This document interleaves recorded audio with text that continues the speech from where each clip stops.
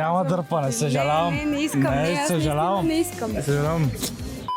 Вие двойка ли сте? Не, само Не сме. От колко време сте приятели?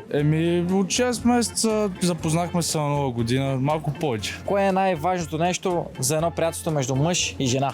Мисля, че най-важното нещо е да се разбират като цяло и нали, да няма между тях нещо, примерно, като любов. Колко ви е силно приятелството от 1 до 10? Може би 12. А готови ли сте на всичко за пари? Зависи какво е, да. Да, ще видим. That's suspicious. Много интересен чиленч имам за вас. Да се целунете с език за 100 лева.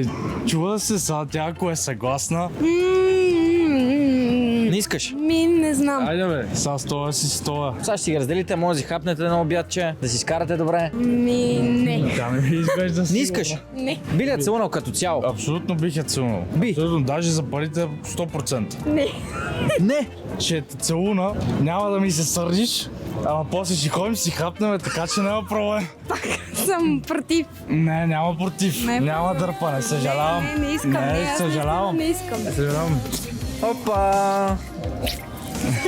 Ма нещо не е много щастливо момичето. Сега кой ще вземе парите? Тя или ти? Ще си ги Аз. разделиме. Ти? Аз. Ето сега ще ви дам 100 кинта. На теб ще ги дам, защото ти си шефката. Точно така. Ами, ние от Mobile Fox правим такива предизвикателства, така че последвайте ни в TikTok за още подобни видеа и не се знае, приятелствата може да станат и в любов.